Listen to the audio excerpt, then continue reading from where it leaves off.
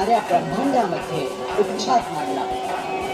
तसंच ज्यानं घोर तपश्चर्या करून सृष्टीचे निर्माता ब्रह्मदेवांना प्रसन्न करून अजिंक्य पुण्याचं वरदान प्राप्त केलं.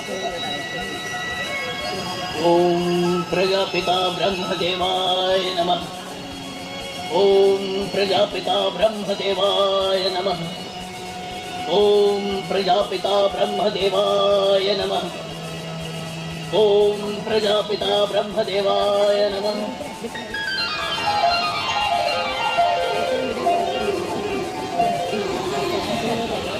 वत्स त्रिपुरासुर, डोळे उघड. आम्ही तुझ्या तपश्चर्येने प्रसन्न झालो आहोत. डोळे उघड त्रिपुरासुरा. प्रणाम पितामह. माझे अहोभाग्य की आपण मला आपल्या दर्शनाने कृतार्थ केले. आम्ही तुझ्या तपश्चर्येने प्रसन्न झालो आहोत वत्सा. माग हवं ते वरदान माग. हे पितामह ब्रह्मदेव, जर तुम्ही माझ्या तपश्चर्येने प्रसन्न झाला आहात तर कृपा करून मला असं वरदान द्या की मी देवता, मनुष्य, स्त्री तसेच निशाचर या सर्वांमध्ये अजिंक्य आणि अभेद्य राहू शके. तसेच आपण माझ्या निवासाकरिता 3 अशा पुरांचे निर्माण करावं जे जगात अभेद्य अभेद्य असावे.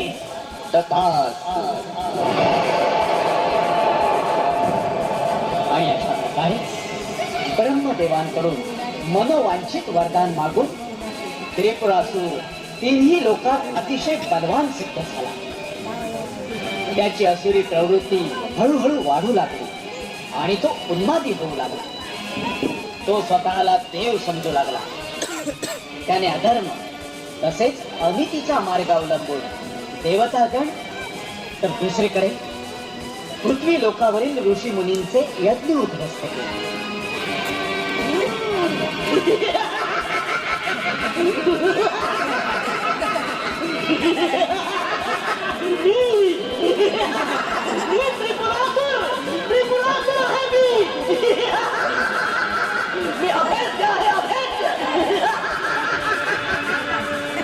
त्रिपुरासुराच्या वाढत्या अत्याचाराने त्रस्त झालेले सर्व देवतागण देवाधिदेव महादेवांना शरण आले आणि त्रिपुरासुराच्या अत्याचारापासून त्यांचं संरक्षण करण्याची प्रार्थना करू लागले.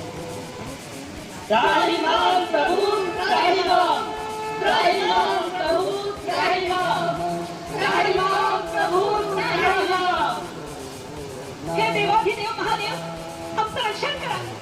आमच्यावरील संकट दूर करा प्रभू. आमच्यावरील संकट दूर करा. त्रिपुरासुराच्या अत्याचारातून आमची मुक्तता करा. दूध भावन, आमची मुक्तता करा. हो प्रभू, आम्ही तुम्हाला शरण आलो आहोत. देवा, आम्ही तुम्हाला शरण आलो आहोत. निश्चिंत व्हा देवतांनो, निश्चिंत व्हा. आम्हास हे पूर्णपणे ज्ञात आहे की ब्रह्मदेवांकडून अजिंक्य आणि अभेद्य राहण्याचं वरदान प्राप्त करून अधर्मी, उन्मादी तसेच व्याभिचारी बनला आहे. त्याला अचित अनुचित, धर्म अधर्म, नीती अनितीचे भानच राहिलेले नाही. तो स्वतःला सर्व शक्तिमान समजण्याची घोर चूक करत आहे. म्हणूनच आम्ही लवकरच त्या दुष्ट दैत्याचा वध करून तुम्हा सगळ्यांच्या दुःखाचं निवारण करू. अशा प्रकारे देवतांना दुःखी कष्टी झालेलं पाहून महादेव क्रोधित झाले आणि त्यांनी त्रिपुरासुराचा वध करण्यासाठी प्रस्थान केलं.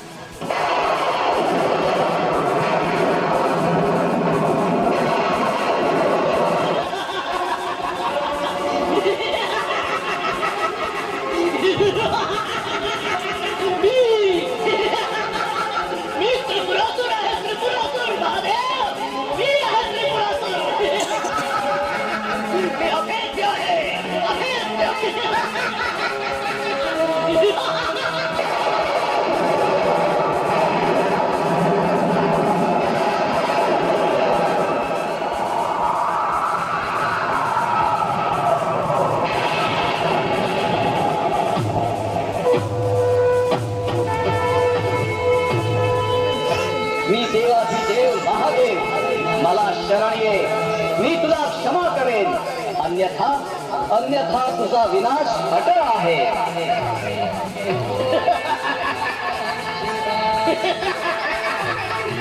महादेव, मी त्रिपुरासुर आहे, त्रिपुरासुर. कोणीही माझा विनाश करू शकत नाही. मी अजिंक्य आहे, अभेद्य आहे.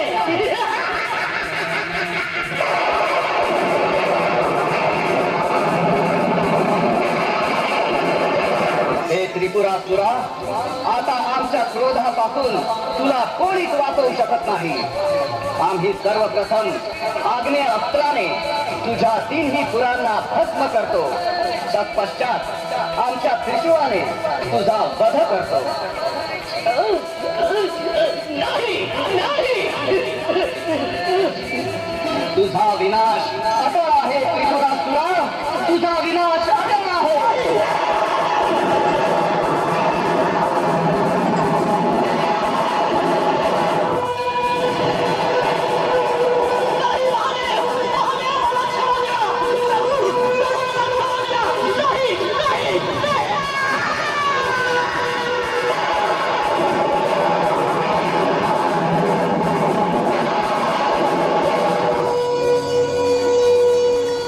अशा प्रकारे त्रिपुरासूर आणि त्याच्या त्रिपुरांचा अंत झाला. ही घटना कार्तिक पौर्णिमेच्या दिवशी घडली.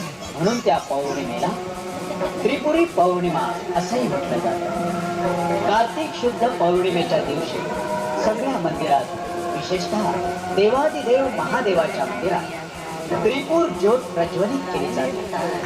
तसेच दीपोत्सव साजरा केला जातो. हिंदू शास्त्रानुसार त्रिपुरी पौर्णिमेच्या दिवशी कोणत्याही जीवात्म्यानं प्रज्वलित त्रिपुरी ज्योतीचं दर्शन घेतलं असता तो पुनर्जन्माच्या फेऱ्यातून मुक्त होतो. तसंच चांडाळही ब्राह्मण योनीमध्ये जन्म घेतो. अशी आहे त्रिपुरी पौर्णिमेची महामाला. चला तर मग कुठल्याही कार्याची सुरुवात करताना प्रथम पूजनीय श्री गणेशाची पूजा केली जाते. अशा या महादेवांचे पुत्र श्री गणेशाला आपण शरण येऊया आणि प्रार्थना करूया. हे सुख करता, हे दुःख हरता, तुम्हीच आमचे विघ्न हरता. सुख शांती समृद्धीचे दान द्या दाता. सुजल सुफल हो भारत माता, सुजल सुफल हो भारत माता.